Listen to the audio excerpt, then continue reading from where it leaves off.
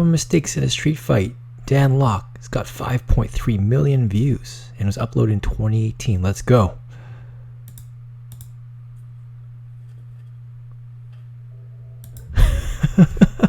Take that boat. Take that tree and beautiful view. I threw 3 punches, which is like, he's probably exhausted already. That's the typical Wing Chun guys. 3 punches, that's it. And keep that elbow really bent, by the way. Great form. That does not look threatening whatsoever. And come on, man, throw at least like 12. It's a chain punch. You throw 3 in like half a second. Come on. All right, let's do this. Well, welcome to my penthouse. This is Dan Lok, and this is not your typical martial art video or typical martial art channel. I'm a very successful businessman. I run multi-million. Okay, so if you guys don't know who Dan Lok is, he is a businessman, and he teaches people how to get rich, which is a scam, obviously. If you just YouTube him, you'll find a lot of videos about how he scammed a lot of young folks, young adults, like you see in the background. Tens of thousands of dollars. People have quit their job, lost their home as a result. And he's made a lot of money on these people, and they tell their stories. It's very sad, and this is probably how he's able to rent out this penthouse or he's probably staying at one of the hotels there just for this video. Most likely there's actually a video on him on YouTube where he wasn't able to pay his rent for his mansion. So anyway, this is him just touting his horn there. All right, let's keep watching. But you know what, this is going to be good. Look at this guy and his whatever is going to happen today. It's going to be a great video because of this chest shield thing he's wearing. Our companies. Today I'm going to show you the 3 common mistakes that people make in a street fight. Okay, here's the Bruce Lee. I'm trying to find it for you guys.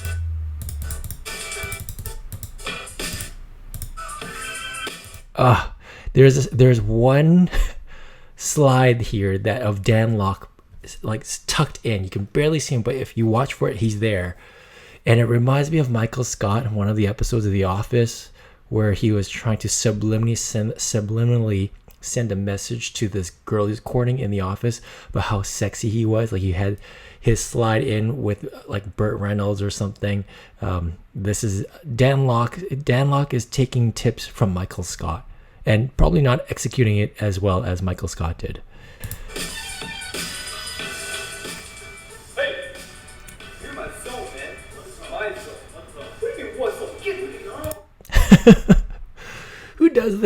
Who does this in a street fight and like tries to do it, like, you know, rub his hand on the guy's head? This is what people think bullying is like. You know, these guys have never been in a fight before. Big mistake right there. This is their idea of what a street fight feels like.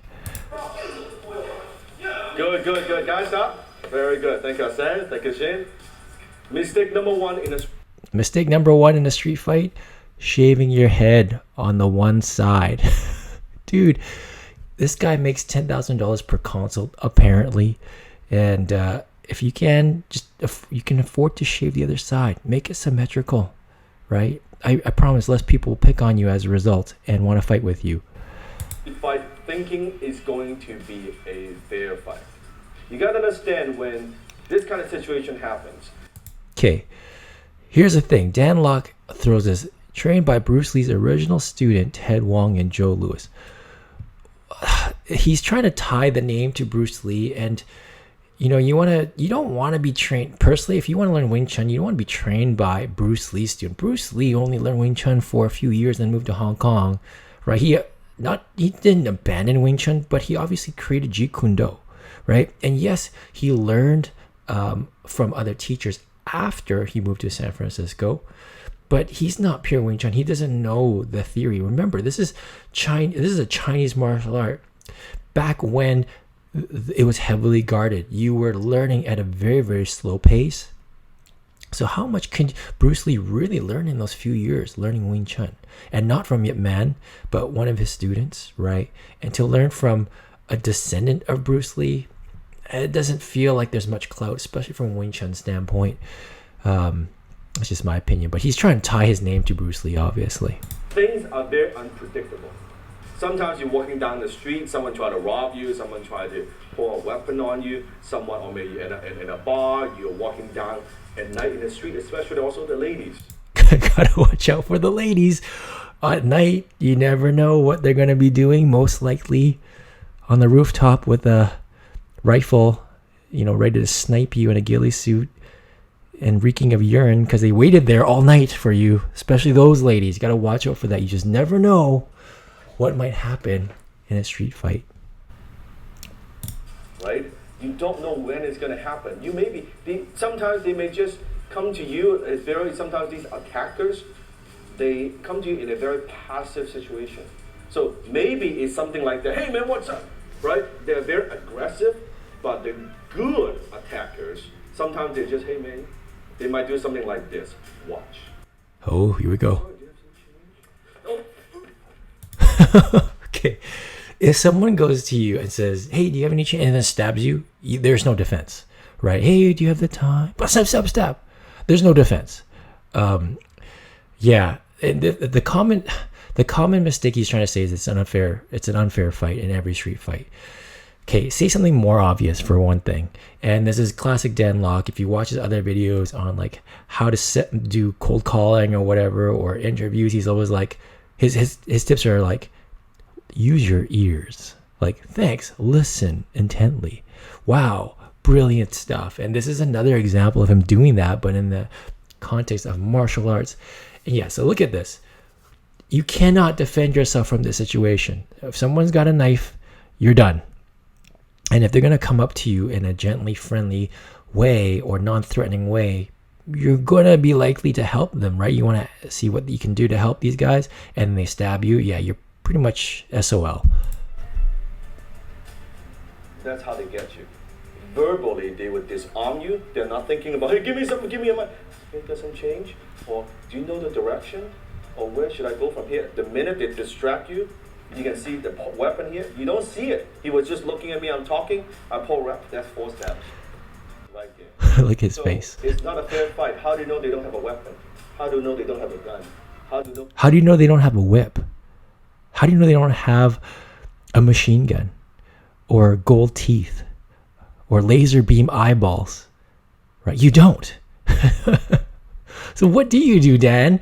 You don't know anything. There's an infinite amount of things that you don't know. So thanks for telling me the obvious, number one, but most likely I don't see him offering a really good solution here because, yeah, you really don't know. But that doesn't help me here. They don't have their friends. How do you know you're not dealing with multiple components? How do you know their friends don't have weapons? How do you know they're not aliens?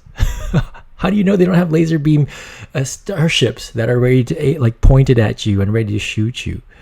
Right? How do you know they're not on acid? What? That's a serious thing. How do you know people drugged up all the time? Right? And they just attack you like crazy. You don't know. But come on, Dan, you gotta give me something more here, something tangible that I can actually use as a viewer to protect myself. Okay? And also the situation in the street. What if it's raining? What if it's sunny? What if it's snowy? What if it's icy?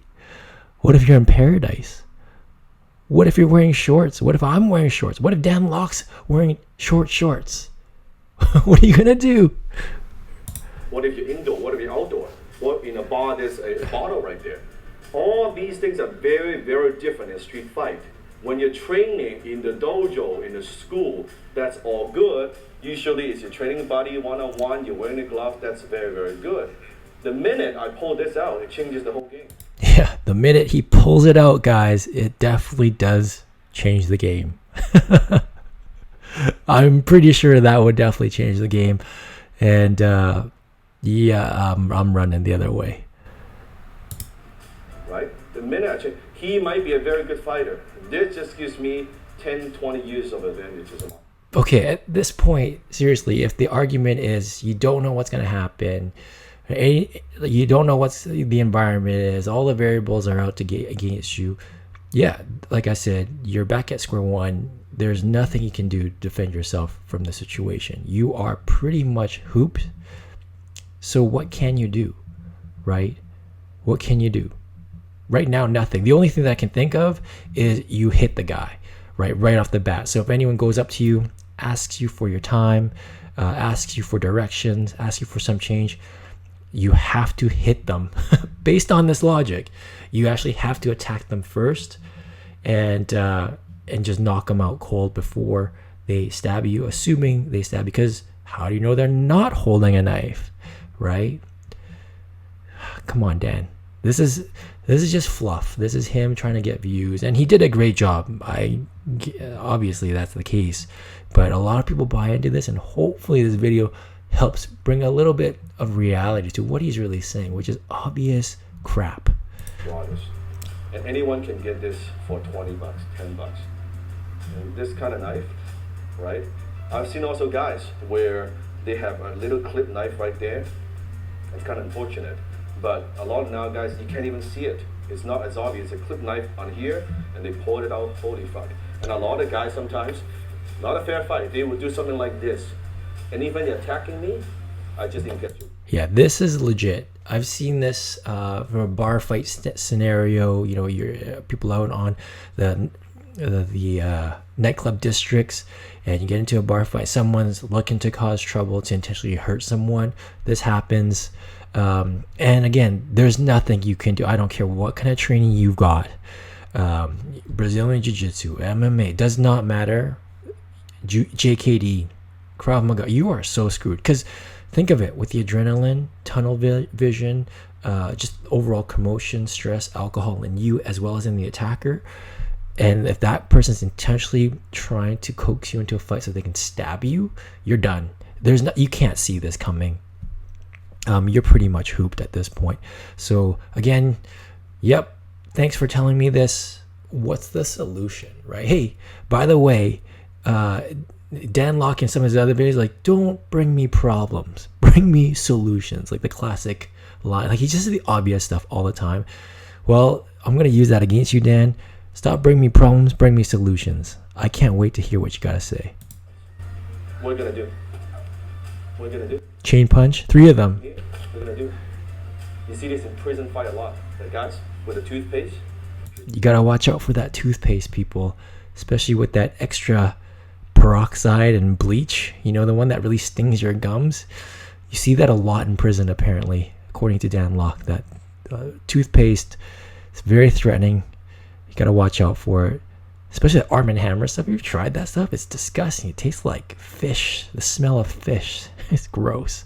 That I could see being threatening. Sharpen the end of the toothpaste, like that, like just like that, just like this. So number one mistake: it's not a fair fight. You go in an unfair situation with a fair mentality, you are fucked. You've lost. You think, oh yeah, he's not gonna hurt me. He's not gonna stab me. He doesn't have a weapon. He doesn't have friends. Everything's gonna be okay. He's gonna throw this punch at me. He's gonna throw this, and I'm gonna block. Hey, by the way, this is his exact defense that he teaches to stop a hook punch cold, and I did a video on that earlier. You guys can watch that, but he's showing the move right here. And apparently he's saying that this defense will not work because you don't know what the attacker is going to throw at you. You don't know what kind of friends he's got. You don't know what knife he's got. So this isn't going to work. Perfectly at the perfect timing. And he's not gonna hit with his hand either. He's just gonna stay there, and I'm gonna punch him. I'm gonna knock him over. This is exactly what he was teaching his students. I think he was actually teaching this guy the same move, and he's like laughing along. Oh yeah, it's true, dude. You're just dissing your own teachings right now, in case you haven't noticed that. So your own Wing Chun, your own JKD will not work, is what you're saying. One punch, and oh, very good, not hurt badly, I'm gonna go home safely. No, your job as a man, as a woman, is to go back to your family, go home safe. If someone's trying to hurt you, do whatever the fuck it takes, right? If he's trying to hurt you, you try to hurt him first. But the thing is if the guy's gonna stab you, ask you for your change and then stabs you, you have by the time you realize he's trying to hurt you, you're already hurt. See the problem here? It's a paradox that you're kind of bringing up, but you're not telling me how to address it. Like I said, the only way to do it is to kick, like punch them, hit anyone that approaches you, pretty much, and knock them out cold. It's not a fair fight. Mistake number one. Mistake number two. You give the attacker the signal that you want to fight. Is this really the most common mistake in a street fight, guys? This one? I don't think so. I don't feel like this is the thing. Usually in a street fight, people know that they're about to get into a fight, right? It just happens, they're arguing, they're shoving each other, their friends are going at it and people intervene, right? There's a whole chain of events that lead up to it and gives the right cue and energy. So, right, it's rare. I don't think this is worthy of a common mistake. The other common mistakes I think that's worthy of, the sucker punch, right? Getting hit from behind, that type of thing, or just the lack of awareness, right? A lot of people are just jumped out of the blue. They're not provoking an attack. They're just walking home one night, and then some people just jump them. That's it, right? You got to address. I think those are way more common than this issue, right? Giving the signal that you want to fight. Come on. You notice in a lot of, also you watch YouTube video, a lot of these fights, they start off with very rare. It starts off with something like this. Yo, what's up? I've never seen a fight where someone goes, yo, what's up, ever. But obviously he's just saying, rarely are people ready to fight each other, right? There's a mutual agreement that, yep, we're going to do this. Okay, I'll give him that. No, usually it's very close quarter. It's this kind of distance, right? And usually, hey, what's up, man? What's up? Verbally, right? Hey, what? The minute you do that, you're signaling the guy you want to fight. Remember, mistake number one, it's not fair. So why would you give him an advantage thinking you want to fight him? It's the dumbest thing you can do. The minute you put up your hand, what does that tell you? No one does this, okay? What is the point? The signaling to fight, is it the two fists up? Is that the thing? Or posing? Or are you saying you're giving body language cues that you're ready to defend yourself? If it's, if you're ready to defend yourself or you're not backing down, you're standing still and assertive, that does send a signal, not that you're necessarily ready to fight, but hey, don't mess with me or just think twice. That's sometimes more than enough. That's all you need to do. And the other guy, a bully typically, coming out of that place of insecurity or whatever, or realizes, okay, this person's going to be more trouble than it's worth, they'll back off, right? You don't have to pose like this. I think, being that assertive, that body language, that vibe does the trick. And I don't think there's anything wrong with doing that. Of course, I don't see this happen. This is very unrealistic. I've never seen a street fight where one person throws the pose and says, okay, I know karate. You want to fight, right? Immediately, the minute I do my stance, who does this? How is this a common mistake? This is a waste of. This is him just trying to tout it, just talk what he wants to talk about. No one does this. I've never seen this happen. This is not common. Jesus Christ, right? You signal the guy, an idiot would know you want to fight me. No, you don't want. And I know there's some self-defense classes. They like to do this. Hey man, I don't want any trouble. I don't even like to do that. To me, also signals. I'm sorry, I don't agree. So, couple things. Putting your hands up isn't a bad thing. The way he did it, I guess it could signal a little bit more of an aggressive nature. I think you can still keep your hands up-ish, definitely not all the way down. You want to keep it because you just never, and you can do it in a non-threatening, neutral manner. All right, this is important to know. Again, if the argument is you just don't know what the attacker is, you don't know how good they are, you don't know what kind of training they've got, you don't know what kind of friends they've got by them, then you want to be prepared, right? You can't just do nothing, you just can't keep your hands down. That's actually quite stupid and very risky. If a good fighter, the minute, look at my stance, okay? Look at my stance. If I'm like this guy right here, if he's more neutral, doesn't want to fight yet. 1 foot back. Actually, just so you know, Wing Chun, right? They actually train in this neutral position. And they actually do sticking hands in that neutral stance. So it trains the body to generate force from a very neutral position, or absorb force in a very neutral, non-threatening position, which is, I think, a huge benefit of the Wing Chun art. It doesn't rely on 1 foot forward, 1 foot back to generate force or absorb force, which is really cool. And that's why you can put your hands up in a very non-threatening manner and still stay neutral. So you're protecting yourself, but you're still ready, and you're not giving the vibe of you're trying to be aggressive or posing or trying to signal a fight in any way. This is something he doesn't talk about, which is interesting, but something I noticed in myself, as well as people that I train with as well. Like this? You want? See, now I can see it. This guy just doesn't know how to. He's not being taught how to keep the hands up in a non-defensive or non-aggressive manner. You can put the palms, you can turn them up, right? So it's more like it's almost like a shoulder shrug, like what, right? And that's one way of doing it, so you soften the feel, the vibe, and it doesn't feel as threatening. Or that stance, this is a ready to go, ready to explode kind of stance. Myself, the minute I do this, I'm ready to go. Okay, right? First of all, your hands are down. Again, if the argument is this guy could be military trained, super strong, martial artist, pro boxer, who knows what, got a knife, do you really want to keep your hands down? Right? It's not a fair fight, Dan. Why do you keep your hands down? Right? That's a problem. And then and you've got your foot in the right place where it's like, yeah, this guy is ready to attack, ready to spring. You're signaling right here. I don't need this, I'm ready to go. I'm ready to explode from here. So don't give him a signal. Don't give any verbal warning. The dumbass, hey, what? What you mean? What the fuck, man? What the fuck, man? 4 B? That's what the fuck, man? 4, 5 free shots. Think about it. It's crazy. Why would you? What's your point? You just attack them, right? You don't even signal. You just punch the hell out of them.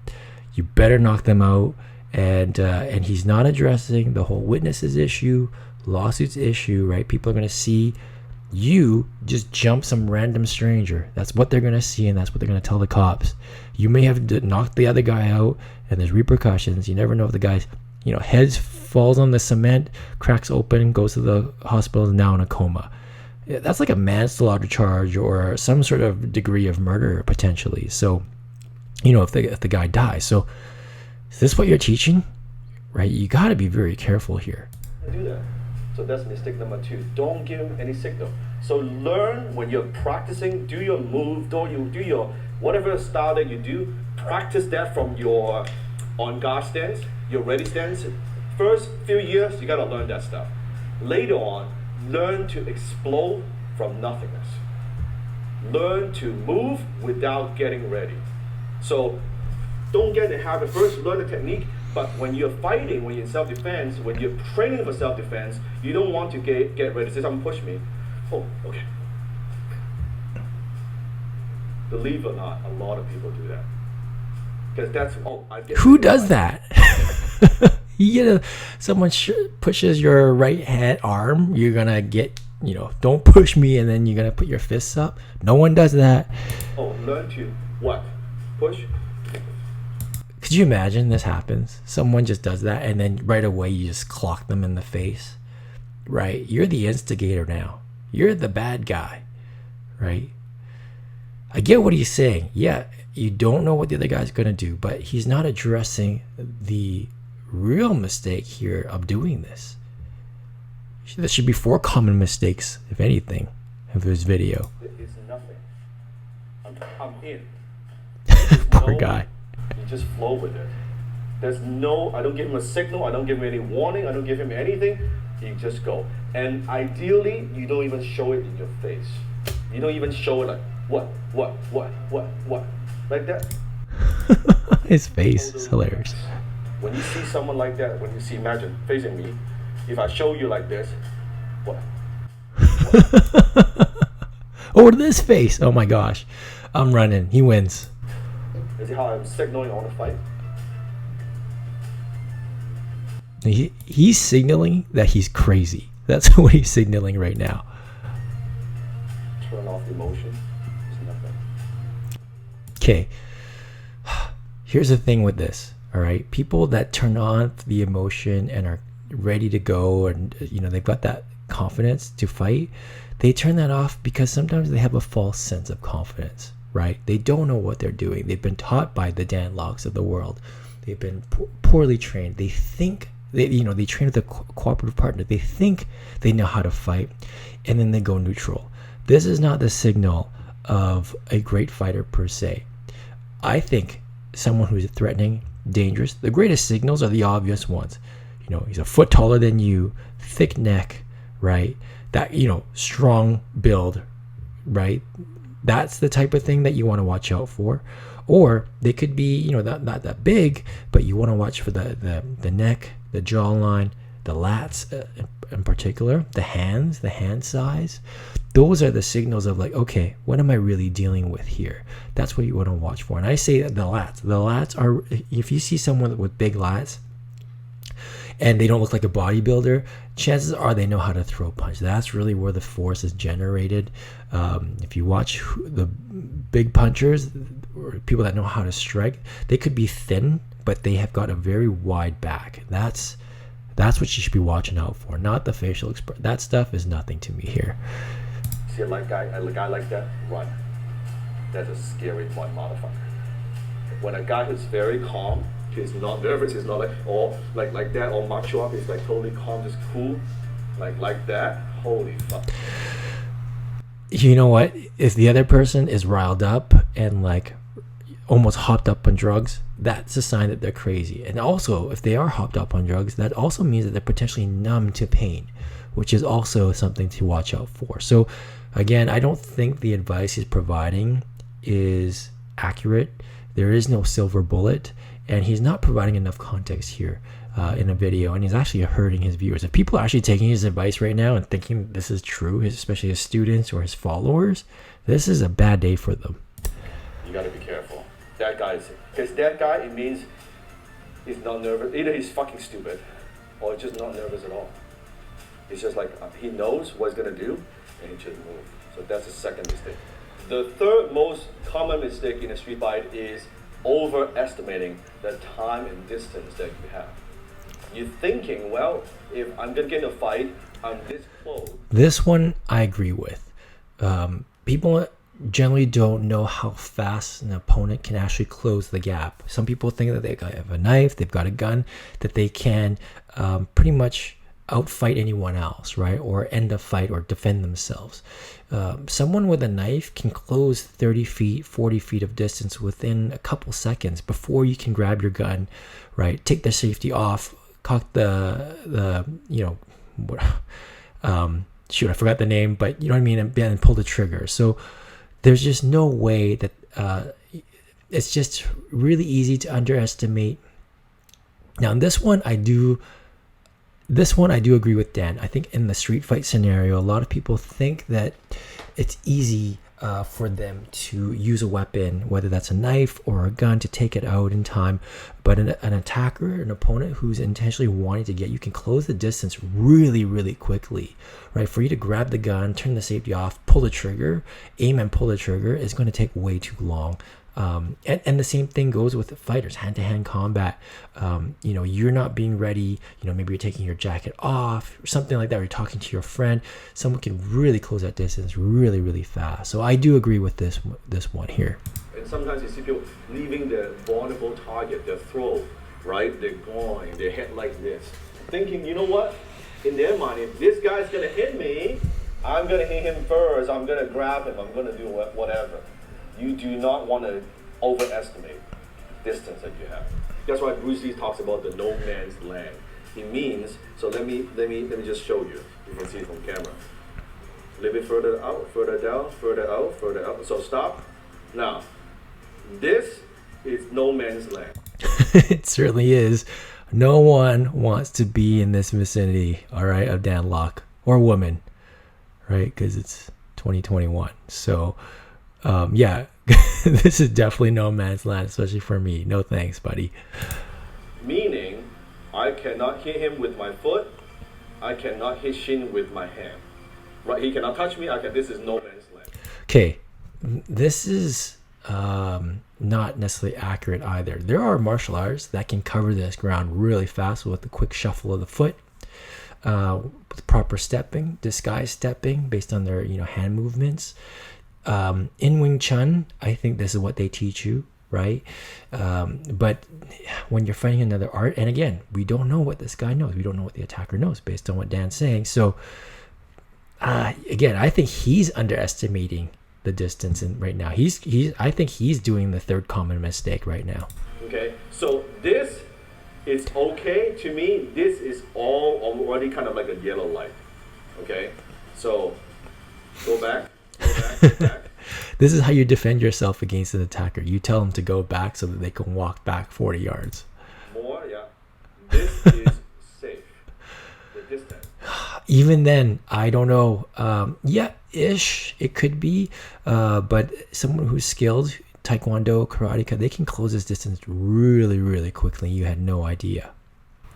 If you want to chase me, I can still try to run, right? I can still do all of that. Let's be fair. Let's be honest. I don't think Dan can run that fast. It's just me.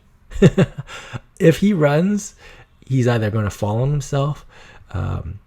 This guy's most likely going to chase him down, or he's going to gas out. This is red. We stop. We don't go. Stop. Yeah. This to me is yellow. This I gotta be ready, because although he cannot touch me, I cannot touch him, right? But if I'm good, I can bridge the gap pretty quickly, right? So from here, you got to bridge the gap even closer. Just imagine if you didn't hit him in the eye. Just imagine if you got lucky and missed, dodged the finger jab. Something else is going to happen, and you're in the perfect zone for a right punch, right, a left punch, knees, takedowns. There's so much that can happen here. Dan, if you're going to hit and instigate, it better work. And thinking that you can do it in the eye right away and make that work, that's tough. I don't think so. The likelihood of that is quite limited. And remember, the assumption is that it's not a fair fight. The assumption is this guy actually knows something. So why are you relying on the eye jab? I can bridge the gap quick if he's good. So this is yellow. Little bit more where I can kind of touch him with my feet. I'm just maybe little bit. I can touch him with just tiny little step. I can hit him with my hand. This is green. This is go. When he's there, attack. That's essentially what he's saying. So, guys, if you don't know who he is, if you don't know what kind of weapons he's got, and he's coming to ask you for change, or what time it is, it's go time. You got to knock him out, according to Dan. This close is go time. You do not want to be this close. Absolutely not. I'll do it quick. He's to a certain degree, he's right. Yes and no. Number one is, if you can maintain the distance, that's the ideal scenario. Number two is, let's be realistic. In the moment when you're arguing, you're fighting, you're like verbally fighting, someone's in your face, that type of the bar scenario, the typical bar scenario where the space is tight, you're going to get pretty close. So what can you do? Right? The other option is to stay close. A lot of people can't generate a lot of power when it's that close. They could probably grab you. They may try to throw a hook punch. But I think their options are limited when you're really, really close. So there is some safety there, but you have to be really ready for something, and you have to be ready to either attack or defend or both. Demonstration. You see what I mean? Now, see what I want you to do? And just hold up a finger. Okay, hold up like this. And whenever you see me move, I just want you to do this. Do this. Yeah, that's good. So this is reaction time. Okay, so try that. Okay, one time.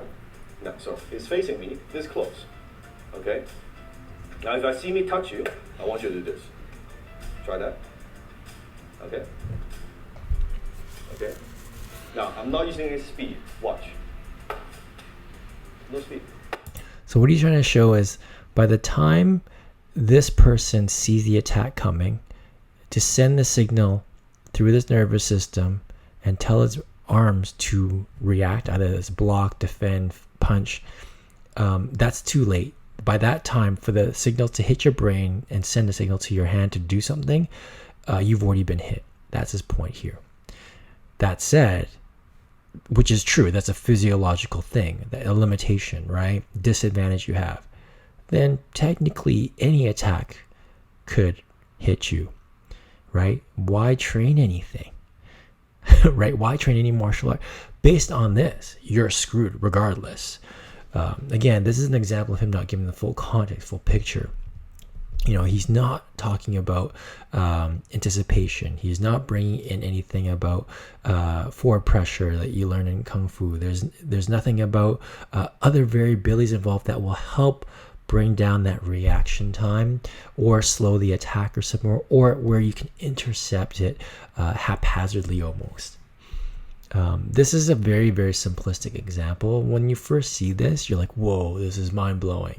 But once you analyze it some more over time and understand it, you can see where you get the theory behind it, but in practicality, it's not a lot more different. Like, think of it. If this is true always, you know, an MMA fight would only last like 10 seconds. It never does. There's always an exchange, right? You know, some of the hits miss, all these things, right? Some hits get parried, etc. There's no speed. I'm not using any speed. And his reflex from here to react from his brain to be able to encounter and defend, it's unrealistic. Because there's a lag time. Okay, so then what's your point, man? Then what, like I said, what's your point here? What are the answers to any of the things he's provided? Nothing. And based on this, there's no point even fighting, right? Because you assume you can't react fast enough. The guy's bigger, faster, stronger. He has friends. He's got a knife. You are so screwed. Regardless of the mistakes, the quote-unquote mistakes, there's really no hope here. So I don't know what the whole intent of this is or what the solution is, according to Dan. And I don't think he's got one. I'm not doing fast. I'm not doing any speed. No speed, no. I'm just doing this. And you can see there's a delay. And that's delay from him. I'm throwing a strike to him to block something, to do something, to avoid, and to counter. That is fucking stupid. You do not want to do that. That's why JKD is a lot about preemptive strike. Yeah, JKD is all about sucker punching. That's essentially what he's saying. I'm not counting. Don't underestimate the guy. How do you know? Let's say you train 3, 4, 5 years. How do you know this guy doesn't have more training than you? How do you know he's not working out? How do you know? How do you know he's not a woman? And now you just hit a woman. I don't know if that's okay or if that's a good thing. You know, 2021 quality and all those things. But you don't know, right? He doesn't have any background. How do you know he doesn't have any military background? How do you know? You don't know anything. So don't go into a fight where you underestimate your opponent. Always assume this guy is faster, is more vicious, is more powerful, he has more... Based on everything Dan said, everyone's your opponent. And when it comes into your zone, green zone or whatever, the go time is your opponent. Every one of these people is your opponent because you don't know, right? Random stranger comes up to you, asks you for some change. How do you know? You don't know, right? No matter how non-threatening they are, technically you don't know anything. So you're supposed to preempt and hit the crap out of them. He has better timing than you. How can I beat the guy? Don't go and say, I'm so fucking good. No problem. You can hit me. I can take this. I can hit you back. How the fuck do you know? How do you know? Well, sometimes you know, right? Sometimes you know. Sometimes you just don't. There are some people that you just know don't have anything in them. You know, the body language tells you, the way they talk tells you, the energy, the vibe, their expression, all the nonverbal cues, right? Maybe they're smiling at you.